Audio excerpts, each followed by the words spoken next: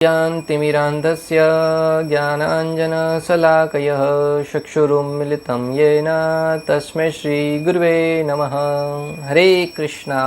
आज गीता श्रृंखला के सत्र क्रमांक 639 में आप सभी भक्तों का हार्दिक स्वागत है। आज से हम श्रीमद् भगवद गीता के 13वें अध्याय का शुभारंभ करने जा रहे हैं, जिसका शीर्षक है प्रकृति, पुरुष तथा चेतना। तो आइए आज हम 13वें अध्याय के श्लोक क्रमांक 1 और 2 का अध्ययन करेंगे। श्लोक इस प्रकार है। अर्जुन उवाच प्रकृतिं पुरुषं चैव क्षेत्रं क्षेत्रज्ञम् एव च एतद् वेदितुम् इच्छामि ज्ञानं ज्ञेयः स केशवः। अर्जुन ने कहा, हे कृष्ण, मैं प्रकृति एवं पुरुष, भोक्ता, क्षेत्र एवं क्षेत्रज्ञ तथा ज्ञान एवं ज्ञेय के विषय में जानने का इच्छुक हूँ। 13वें अध्याय के प्रारंभ में ही अर्जुन है वो भगवान श्री कृष्ण से प्रश्न कर रहे हैं कि मैं क्षेत्र, क्षेत्रज्ञ, प्रकृति, पुरुष, इन सब के बारे में जानने का इच्छुक हूँ। अतः आप संपूर्ण ब्रह्मांड के स्वामी, समस्त प्रकार के वैदिक स्रोतों का ज्ञान रखने वाले हैं, समस्त सृष्टि के बारे में ज्ञान रखने वाले हैं। अतः मैं आपसे जिज्ञासा करता हूँ कि इसके विषय में मुझे ज्ञान दीजिए। सामान्यतः इस जगत में कोई व्यक्ति किसी क्षेत्र में ज्ञानी हो सकता है, कोई भौतिक क्षेत्र में हो, कोई आध्यात्मिक क्षेत्र में हो, या भौतिक क्षेत्र में भी अलग अलग विषय वस्तु होती हैं। कोई किसी फील्ड में होता है, कोई किसी फील्ड में बहुत ही निपुण होता है, उसमें डिग्री प्राप्त किया रहता है, उसमें अनेक प्रकार के गोल्ड मेडल भी प्राप्त करता है। परंतु एक ही व्यक्ति समस्त प्रकार का ज्ञान नहीं रखता है। यही जीव और भगवान को भिन्न बनाता है। भगवान संपूर्ण ब्रह्मांड में प्रत्येक वस्तु के बारे में ज्ञान है वो रखते हैं, और अपनी ही शक्ति से, अपने सामर्थ्य से समस्त प्रकार के जीवों को उत्पन्न भी करते हैं और उनका विनाश भी करते हैं। भगवान श्री कृष्ण जब इस धरा पर अवतरित हुए, वो समस्त ज्ञानों से ओतप्रोत थे, परंतु इस जगत में एक दृष्टांत प्रस्तुत करने के लिए संदीप्त मुनि के आश्रम में जाकर ज्ञान ग्रहण करते हैं, ताकि आने वाली पीढ़ी है वो ये आचरण सीख सके, समझ सके कि ज्ञान ग्रहण करने के लिए गुरु के पास जाना अत्यंत आवश्यक है। अन्यथा अनेक तथाकथित भगवान बन जाते जो कहते कि हम तो ज्ञानी हैं, हम तो ज्ञान हमें ग्रहण करने की आवश्यकता ही नहीं है। हालांकि भगवान ने इतना आचरण किया, फिर भी अनेक लोग उत्पात मचाने वाले हैं जो अपने आप को इस विधि से अलग थलग करते हुए प्रतीत होते हैं। परंतु अर्जुन है वो एक प्रामाणिक शिष्य होने के नाते जो ज्ञान है वो प्रामाणिक स्रोत अर्थात श्री कृष्ण से प्राप्त कर रहा है, जिससे भगवान से जब ज्ञान प्राप्त होगा, पीछे आने वाली पीढ़ियों को भी उसका यथारूप में ज्ञान प्राप्त हो सकेगा। तो अर्जुन के प्रश्न को सुनकर भगवान श्री कृष्ण उत्तर देते हुए कहते हैं, श्री भगवान उवाच इदं शरीरं कौन्तेय क्षेत्रम् इत्यभिधीयते एतद्यो वेति तं प्राहुः क्षेत्रज्ञ इति तद्विद। अर्थात श्री भगवान ने कहा, हे कुंती पुत्र, यह शरीर क्षेत्र कहलाता है और इस क्षेत्र को जानने वाला क्षेत्रज्ञ। यह शरीर क्षेत्र कहलाता है और शरीर को जानने वाला क्षेत्रज्ञ। जिस शरीर के द्वारा हम कार्य करते हैं वो ये हमारा शरीर है, वो क्षेत्र है, और क्षेत्र को जानने वाला कौन है? आत्मा और परमात्मा, ये दोनों क्षेत्रज्ञ हैं। जीव, भगवान और पदार्थ के विशुद्ध स्वरूप के संबंध में जो चर्चा पिछले 6 अध्यायों में हुई थी, उसी को अब 6 अध्यायों में और वर्णित किया जाएगा। जीव, भगवान और पदार्थ के विशुद्ध स्वरूप कि उनका वास्तविक स्वरूप क्या है, उसके बारे में जो पिछले 6 अध्याय में चर्चा हुई है, उसके बारे में यहाँ पर भगवान श्री कृष्ण विस्तार से वर्णन करेंगे प्रकृति, पुरुष और चेतना के विषय में। यह ज्ञान भक्ति के द्वार के रूप में कार्य करता है, जिसका वर्णन अभी पिछले 12वें अध्याय में हुआ था। भक्ति है वो जिसके अंदर ये सारे के सारे ज्ञान होता है, गुण होते हैं, भगवान श्री कृष्ण को प्रसन्न करने के, वो एक भक्ति के द्वार के रूप में कार्य करता है। जैसा कि पिछले अध्याय 12वें अध्याय में हमने सुना कि एक भक्त के अंदर क्या क्या गुण होने चाहिए जो हमें भक्ति मार्ग का दरवाजा खोलने में सहायता प्राप्त करते हैं, प्रदान करते हैं। और यहाँ पर इस 13वें अध्याय में भगवान देह, जीव और ईश्वर के संबंध में कहेंगे। और इस 13वें अध्याय में भगवान श्री कृष्ण देह, जीव और ईश्वर के संबंध में ज्ञान प्रदान करेंगे। भगवद गीता के पहले 6 अध्याय जीवात्मा आत्मा के ज्ञान का वर्णन करते हैं, जिसे निष्काम कर्म योग के द्वारा प्राप्त किया जाता है। भगवद गीता के प्रथम 6 अध्याय वो आत्मा के विषय में ज्ञान प्रदान करते हैं, जिसमें भगवान श्री कृष्ण दूसरे अध्याय से प्रारंभ करके बताते हैं कि हम शरीर नहीं है, हम आत्मा है। आत्मा को न तो किसी अवस्था में काटा जा सकता है, नहीं मारा जा सकता है, नहीं उसको जलाया जा सकता है, नहीं सुखाया जा सकता है, नहीं उसको देखा जा सकता है। ऐसे अनेक दृष्टांतों द्वारा भगवान समझाते हैं, हे अर्जुन, तुम शरीर नहीं हो, तुम आत्मा हो, और जब तुम पर किसी पर प्रहार करोगे तो तुम उसको मारते हुए प्रतीत नहीं होंगे। भीष्म पितामह, द्रोणाचार्य तुम्हारे संबंधी है, वो सारे के सारे पहले ही मेरे द्वारा मारे जा चुके हैं, और उनकी आत्मा है वो अजर अमर है, उसकी कभी मृत्यु नहीं होती है। अतः इस बात को ध्यान में रखते हुए कि तुम उनको नहीं मार रहे हो, तुम तो मार ही नहीं सकते, क्योंकि आत्मा है वो अजर अमर है, न तो उसका कभी जन्म होता है न कभी मृत्यु होती है, वो शाश्वत है। उस अवस्था में व्यक्ति मात्र और मात्र उस शरीर का अंत करता है। जो शरीर वृद्ध हो चुके हैं उनको पुनः नया शरीर प्राप्त होगा। तो यहाँ पे प्रथम 6 अध्याय में आत्मा के विषय में वर्णन हुआ था, जिसे निष्काम कर्म योग के द्वारा प्राप्त किया जाता है। और इसमें निष्काम कर्म योग के द्वारा भगवान श्री कृष्ण अर्जुन को कहते हैं, कौन कर्मण्योवाधिकार से, तुम मात्र कर्म करो, उसके फल की इच्छा मत करो। निष्काम अर्थात उसका कोई फल प्राप्त करने की इच्छा के बिना उसको ज्ञान को प्राप्त किया जाता है। और जो ज्ञान परमात्मा का ज्ञान प्राप्त करने में सहायक है, और ज्ञान कौन सा? जो परमात्मा को प्राप्त करने में सहायक हो, वह ज्ञान। इस जगत में प्राय आज की तारीख में भौतिक शिक्षा जो मात्र आहार निद्रा भय मैथुन के लिए हमें प्रेरित करती हैं, उसको भी लोग ज्ञान की संज्ञा देते हैं, परंतु वो ज्ञान नहीं है भक्तों, वो मात्र शिक्षा है जो आपकी शारीरिक आवश्यकताओं की पूर्ति करती है। ज्ञान तो वह है जो आपको आत्मा परमात्मा के विषय में ज्ञान प्रदान करती हो, और जो आपको श्री कृष्ण के साथ संबंध स्थापित करने में सहायता प्राप्त करता हो, वह वास्तविक ज्ञान है। और वो वास्तविक ज्ञान एकमात्र गुरु परंपरा के द्वारा प्रामाणिक गुरु के मार्गदर्शन में ही प्राप्त किया जा सकता है। श्रीमद् भगवद गीता और भागवतम जैसे दिव्य ग्रंथों के माध्यम से ही प्राप्त किया जा सकता है। इस जगत का आप ज्ञान प्राप्त करके इस जगत से मुक्त नहीं हो सकते, इस जगत में और अधिकाधिक बंधते जाएंगे। आहार निद्रा भय मैथुन में लगकर जन्म मृत्यु के बंधन में और गहरी ग्रंथियों में बंधते जाएंगे। परंतु जैसे ही व्यक्ति भगवद गीता भागवतम जैसे दिव्य शास्त्रों का अध्ययन करता है, उनका ज्ञान ग्रहण करता है, वो इस भौतिक जगत की समस्याओं से, क्लेशों से मुक्त होते हुए जन्म मृत्यु के बंधन को काट कर अपने वास्तविक स्वरूप भगवत धाम में जाकर भगवान श्री कृष्ण की नित्य सेवा में लगकर वहाँ पे आनंद की अनुभूति करता है। मध्य 6 अध्याय में भगवान की भक्ति और उनके ऐश्वर्यों का वर्णन हुआ है।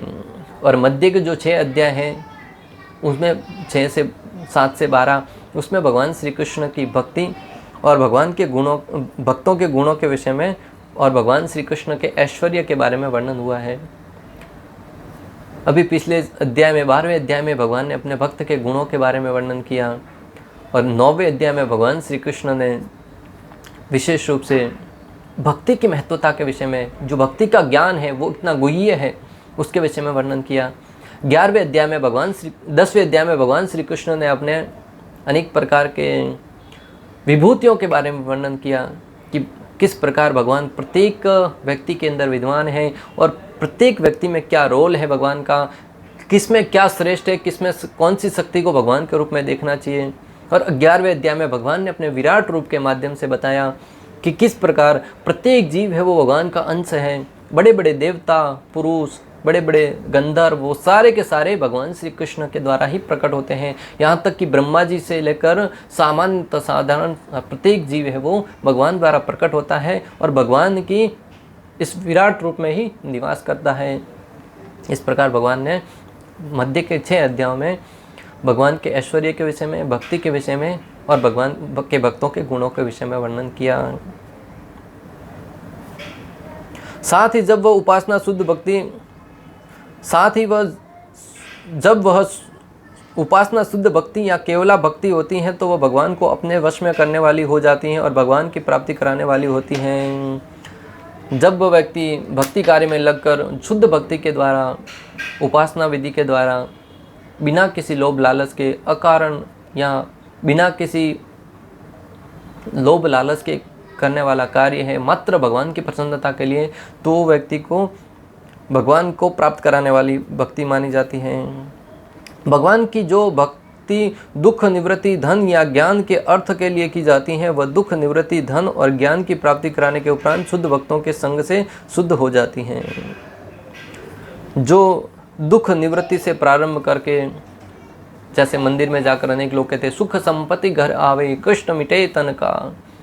जब व्यक्ति भले भौतिक लालसा को लेकर मंदिर जाए, भौतिक लाभ की आकांक्षा को लेकर जाए, या किसी भी लोभ लालच में होकर जाए, परंतु मंदिर में जाकर जब भक्तों के संग में रहेगा, धीरे धीरे उसकी ये सारी की सारी इच्छाएं दूर हो जाएगी और वो शुद्ध भक्ति के संग में रहते हुए शुद्ध भक्ति को प्राप्त करेगा। जैसा कि 7.16 में भगवान श्री कृष्ण ने कहा था,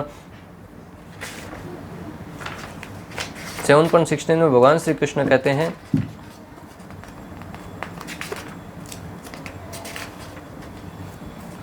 हे भरत श्रेष्ठ, 4 प्रकार के पुण्यात्मा मेरी सेवा करते हैं, आर्त जिज्ञासु अर्थार्थी तथा ज्ञानी। चतुर्विधा भजन्ते माम जना सुकृतिनो अर्जुन आर्त जिज्ञासु अर्थार्थी ज्ञानी सबत अर्षभ। 4 प्रकार के व्यक्ति हैं, वो भगवान की शरण में जाते हैं। कोई भौतिक लाभ प्राप्त करने के लिए जाता है, क्या क्या वर्णन आया है, आर्त जिज्ञासु अर्थार्थी तथा ज्ञानी, ये 4 प्रकार के भक्त हैं, वो भगवान की शरण में जाकर उनकी सेवा करते हैं। जब इन अंतिम 6 अध्याय में जगत और इसके हेतु प्रकृति पुरुष और ईश्वर के स्वरूप का वर्णन किया जाएगा और साथ ही कर्म ज्ञान एवं भक्ति के स्वरूप की भी विवेचना की जाएगी। अब इन अंतिम 6 अध्याय इसमें जगत और इसके हेतु प्रकृति पुरुष और ईश्वर के स्वरूप का वर्णन किया जाएगा और ज्ञान व भक्ति के स्वरूप की भी विवेचना की जाएगी। ज्ञान और भक्ति की विवेचना भी की जाएगी और प्रकृति पुरुष के और चेतना के विषय में भी वर्णन करेंगे भगवान श्री कृष्ण। ज्ञान को स्पष्ट करने के लिए इस 13वें अध्याय में देह जीव और ईश्वर के स्वरूप का विवेचन किया जाएगा। ज्ञान को स्पष्ट करने के लिए व्यक्ति भ्रम में नहीं रहना चाहिए।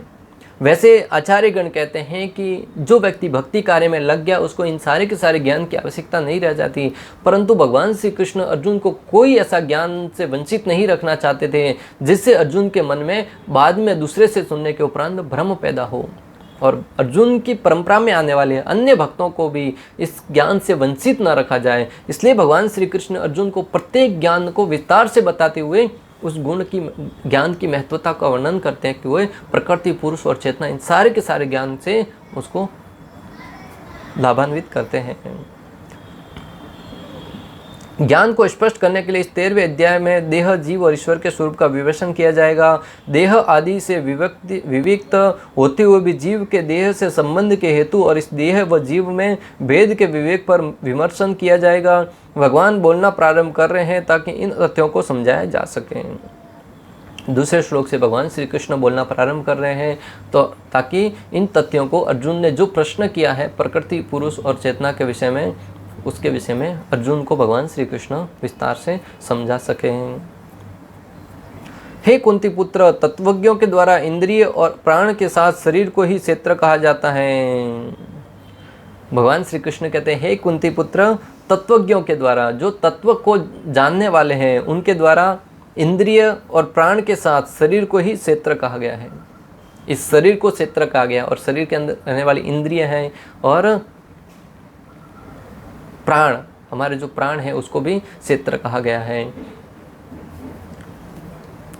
क्योंकि यह भोक्ता जीव के भोग्य सुख दुख आदि का प्रोहक जन्म व वृद्धि स्थान है। क्यों उनको क्षेत्र कहा गया है? क्योंकि ये भोक्ता के लिए, भोक्ता कौन है? जीव। जीव कौन है? आत्मा। वो उसके लिए भोग करने के लिए अनेक प्रकार की इंद्रिय भोग, जैसे इंद्रियां हैं वो हमारे भौतिक भोग में सहायक होती हैं और शरीर है वो प्राय धीरे धीरे बढ़ता है। बचपन में शिशु नशा होता है, धीरे धीरे उसकी आयु बढ़ती जाती है और एक अवस्था में आकर वो वयस्क बन जाता है। ये शरीर का क्षेत्र है जिसके द्वारा जीव है वो अनेक प्रकार के आदान प्रदान करता है। क्षेत्रज्ञ शब्द शरीर में रहने वाले किसी भी जीव को इंगित नहीं करता, अपितु तो केवल उस जीव को इंगित करता है जो इस क्षेत्र और क्षेत्रज्ञ के भेद का अनुभव करने में सक्षम है। बहुत ही सुंदर सिद्धांत भक्तों। क्षेत्रज्ञ कौन है? जो इस क्षेत्र को जानने वाला है। जीव के बारे में वर्णन है तो कौन सा जीव? वैसे तो हमारे जीव शरीर में अनेक प्रकार के जीव रहते हैं, अनेक प्रकार के जीवाणु रहते हैं जो शरीर के अंदर है, वो भी जीव है। परंतु यहाँ पे जिस जीव का वर्णन आया है, जिस क्षेत्रज्ञ का वर्णन आया है, वो जीव कौन सा है? हमारा आत्मा, जो इस क्षेत्र और क्षेत्रज्ञ के विषय में ज्ञान रखता है, अर्थात हमारे शरीर में रहने वाला हमारा आत्मा है, अर्थात मैं वही क्षेत्रज्ञ माना जाएगा। शरीर में रहने वाले अनेक जीवाणु हैं, अनेक प्रकार के कीटाणु हैं, वो क्षेत्रज्ञ नहीं माने जाएंगे। इस ज्ञान को भलीभांति समझ लेना चाहिए। यह क्षेत्रज्ञ वह व्यक्ति है जो सोते, खाते और अन्य क्रियाओं को करते हुए यह जानता है कि यह शरीर आत्मा नहीं है। यद्यपि यह अज्ञानी लोगों द्वारा यह भेद प्रतीत नहीं किया जाता और वह सोचते हैं कि मैं देवता हूँ, मैं मनुष्य हूँ या मैं यह देह हूँ। यह क्षेत्रज्ञ वह है जो सोते, उठते, खाते, बैठते हर समय ज्ञान रखता है कि मैं शरीर नहीं हूँ, मैं आत्मा हूँ और इस शरीर से मेरा संबंध इतना ही है कि इसके द्वारा मैं इस बंधन को पार करके भगवत धाम के लिए गमन कर सकूँ।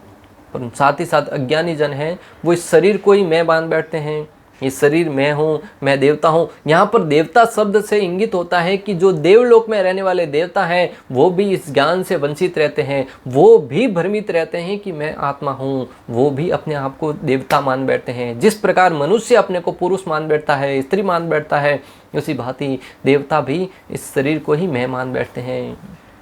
परंतु वास्तव में हम शरीर नहीं है, हम आत्मा हैं, शरीर हम नहीं हैं। साथ ही वह जानता है कि यह शरीर आत्मा के लिए भोग या मोक्ष दोनों का ही साधन है। और साथ ही साथ जो क्षेत्रज्ञ है वह भलीभांति जानता है कि यह शरीर आत्मा के लिए भोग या मोक्ष दोनों का ही साधन है। अगर व्यक्ति चाहे तो इस शरीर के द्वारा इंद्रिय भोग में लगकर अपना पतन करवा सकता है, या भगवत भक्ति में लगकर, आत्मा साक्षात्कार में लगकर भगवत प्राप्ति करा सकता है। निर्णय हमको लेना है, रास्ता हमें चुनना है कि हम कौन से रास्ते पर चलना चाहते हैं, हम कौन सा रास्ता अपनाना चाहते हैं।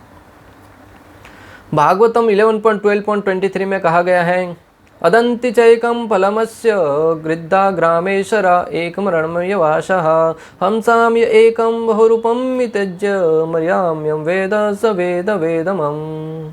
जो लोग कामुक हैं और गृहस्थ जीवन में लगे हैं वे वृक्ष के एक फल का भोग करते हैं और दूसरे फल का भोग संन्यास आश्रम के हंस सदस्य व्यक्ति करते हैं। जो लोग कामुक हैं और गृहस्थ हैं, गृहस्थ जीवन में लगे हैं, काम वासनाओं में लिप्त हैं, वो एक जीवन के एक अंग वृक्ष के एक फल का भोग करते हैं और दूसरे फल का भोग संन्यास आश्रम के हंस सदस्य व्यक्ति करते हैं। और दूसरा फल है वो सन्यासी आश्रम, जो गृह गृहस्थी को त्याग कर वन में जाकर तपस्या के द्वारा, साधना के द्वारा भगवत प्राप्ति करने में लगे हैं, वो दूसरे फल का अनुभव करते हैं। और जो सन्यासियों द्वारा जिस फल का अनुभव किया जाता है वह फल का अनुभव करने के बाद व्यक्ति इस संसार के फलों से ऊब जाएगा। जब तक उस फल का अनुभव नहीं होता है तब तक गृहस्थ जीवन में लगकर व्यक्ति ग्रह से संबंधित इंद्रिय भोग में लगा रहता है। जो व्यक्ति प्रमाणिक गुरु की सहायता से इस वृक्ष का एक परब्रह्म की शक्ति की अभिव्यक्ति के रूप में उनके रूपों में प्रकट हुआ समझ लेता है, वह वैदिक वाडम्य के असली अर्थ को जानता है। जो व्यक्ति गुरु परंपरा के माध्यम से, गुरु के माध्यम से वास्तविक ज्ञान, प्रमाणिक स्रोत क्या है, भगवान श्री कृष्ण कौन है, इस वास्तविक दिव्य ज्ञान, आध्यात्मिक ज्ञान को ग्रहण कर लेता है, वह व्यक्ति असली अर्थ, इस जीवन के असली अर्थ, वास्तविक अर्थ को समझ पाता है और अपने जीवन को सफल बना पाता है। अन्यथा आज की तारीख में इस जगत में अनेक लोग हैं, उसमें से कुछ गिने सुने लोग हैं जो ही वही लोग आत्म साक्षात्कार के लिए प्रयासरत रहते हैं। अन्यथा बाकी सारे के सारे लोग हैं वो मात्र इंद्रिय भोग में, मात्र जीवन निर्वाहन में, दिन काटने में ही लगे रहते हैं। आज का भी कट गया, कल का भी कट जाएगा, महीना कट गया, साल कट गया, जीवन बीत जाएगा, परंतु उन्हें जीवन का उद्देश्य पता नहीं चलता, जीवन का वास्तविक ध्येय नहीं मालूम पड़ता कि जीवन में करना क्या है, जीवन जी किस लिए रहे हैं, जीवन में जी रहे हैं तो जीवन का उद्देश्य क्या होना चाहिए। मात्र आहार, निद्रा, भय, मैथुन, प्रकृति, पुरुष, चेतना क्या है, हम शरीर है नहीं है, क्या फर्क पड़ता है, खाओ पियो और ऐश करो। एक ही जीवन का उद्देश्य, धन कमाओ, इंद्रिय भोग करो और जीवन में मात्र इंद्रिय भोग करते रहो। मृत्यु के साथ सब समाप्त हो जाएगा। यही उनके जीवन का लक्ष्य होता है। परंतु जो वास्तव में शास्त्रों का सहारा लेता, प्रमाणिक गुरु के शरण में जाता है, वह जान पाता है कि जीवन का उद्देश्य क्या है। जीवन का उद्देश्य है जन्म मृत्यु बंधन से मुक्त होना, इस जीवन चक्र को तोड़कर भगवत धाम को जाना। जब तक हम इस शरीर में है, इस देह में है, अनेक प्रकार की जीव योनियों में, 84 लाख योनियों में भ्रमण करते रहेंगे, तब तक दुख का अनुभव करते रहेंगे, तब तक दुख भोगते रहेंगे, तब तक अनेक प्रकार के कष्टों द्वारा सताए जाते रहेंगे। और जो जब तक कष्टों से सताते रहेंगे, व्यक्ति कभी सुखी नहीं रह सकता। हाँ, हम मनुष्य जन्म में हैं, तब तक तो हो सकता है कि हम अपनी आवश्यकता अनुसार स्थिति को भी परिवर्तित कर देते हैं, परंतु पशु योनि में, कीट योनि में, अनेक प्रकार की योनि है जहाँ पे हम न तो किसी प्रकार का विवेक होता है कि हमें क्या करना है, हम कौन हैं, मात्र उसमें दुख ही दुख भोगने पड़ते हैं भक्तों। इसलिए हमें आध्यात्मिक ज्ञान के विषय में जिज्ञासा करते हुए अपने वास्तविक उद्देश्य, वास्तविक ध्येय के विषय में ज्ञान प्राप्त करके उसे प्राप्त करने के लिए प्रयासरत होना आवश्यक है। तभी हमारा मानव जीवन प्राप्त होना सफल सिद्ध होगा। अन्यथा इस मानव जीवन को प्राप्त करके भी हम अज्ञान में बने रहे तो हमारा जीवन है वो व्यर्थ चला जाएगा भक्तों। और मानव जीवन है वो इस भौतिक जगत से प्रयाण करने के लिए एयरपोर्ट की भांति है कि हम एयरपोर्ट पे पहुंच गए परंतु फ्लाइट में नहीं बैठे। इस प्रकार श्लोक क्रमांक 1 और 2 का भक्ति वेदांत तात्पर्य पूर्ण हुआ। अंत तक हमारे साथ बने रहने के लिए आप सभी का हृदयपूर्वक, प्रेम पूर्वक बहुत बहुत धन्यवाद। श्रील प्रभुपाद की जय, श्री श्री राधा गोपीनाथ भगवान की जय, श्रीमद् भगवद गीता की जय। हरे कृष्णा कृष्ण कृष्ण हरे हरे, हरे राम राम राम